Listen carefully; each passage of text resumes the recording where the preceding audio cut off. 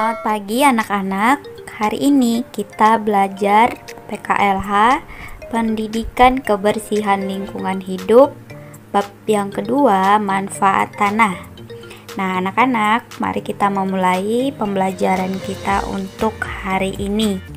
Nah anak-anak, pada hari ini kita akan belajar materi bab 2, yaitu manfaat tanah.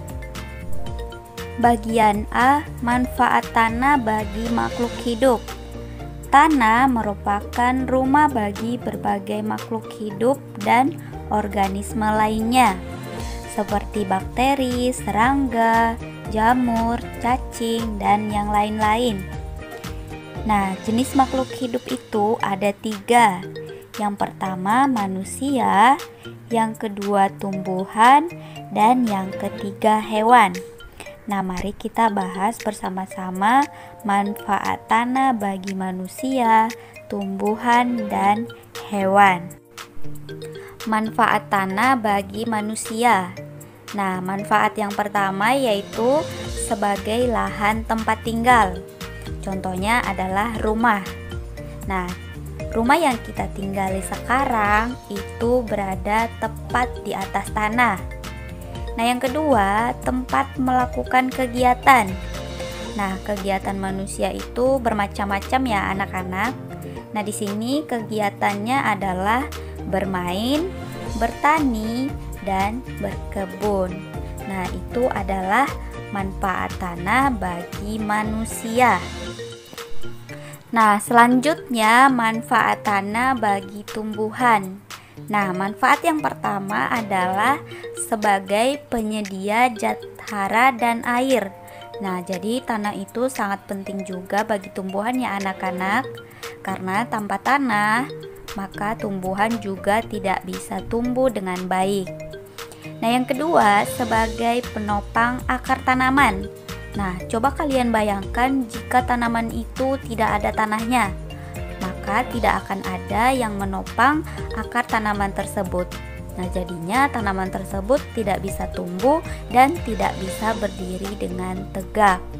Nah, itu adalah manfaat tanah bagi tumbuhan. Nah, yang selanjutnya manfaat tanah bagi hewan.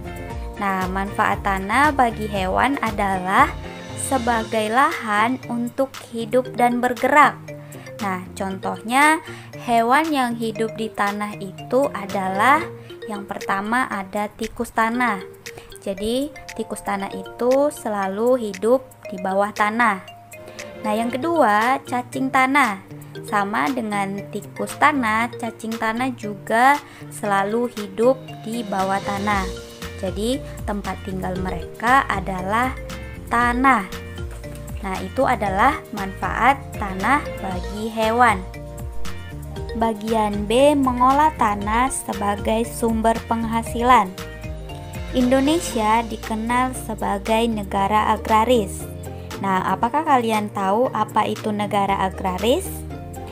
Nah, negara agraris adalah negara yang sebagian besar penduduknya bekerja pada bidang pertanian. Nah, salah satunya adalah negara Indonesia. Karena negara Indonesia memiliki lahan pertanian yang luas dan juga sumber daya dari Indonesia beraneka ragam dan berlimpah. Nah, anak-anak, sebagian besar mata pencaharian penduduk Indonesia itu adalah bertani dan bercocok tanam. Nah, selain bercocok tanam, tanah itu juga bisa diolah menjadi kerajinan yang bernilai ekonomi. Nah, contohnya itu adalah kerajinan gerabah. Jadi, kerajinan gerabah itu adalah kerajinan yang terbuat dari tanah liat yang dibentuk menjadi sebuah barang yang kemudian dibakar. Kota Balikpapan memiliki keanekaragaman hewan yang harus dilindungi dan dilestarikan.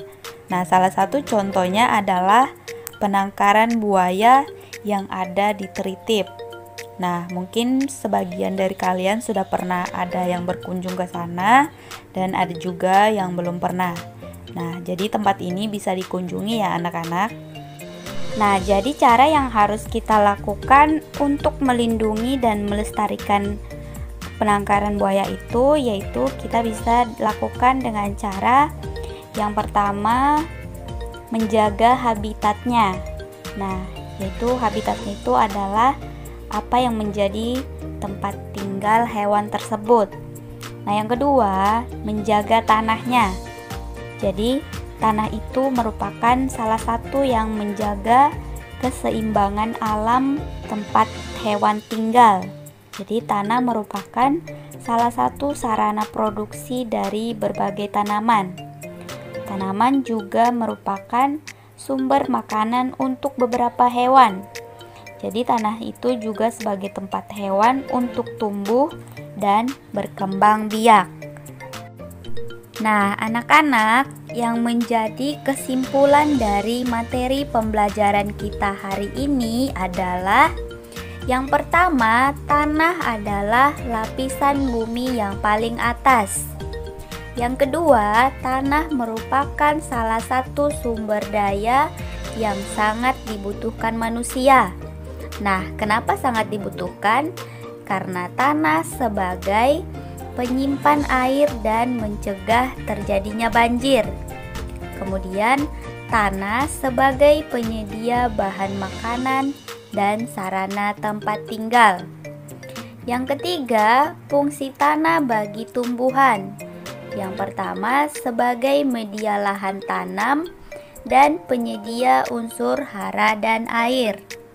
Yang kedua, sebagai penampungan air dan tempat bertumbuhnya akar tanaman.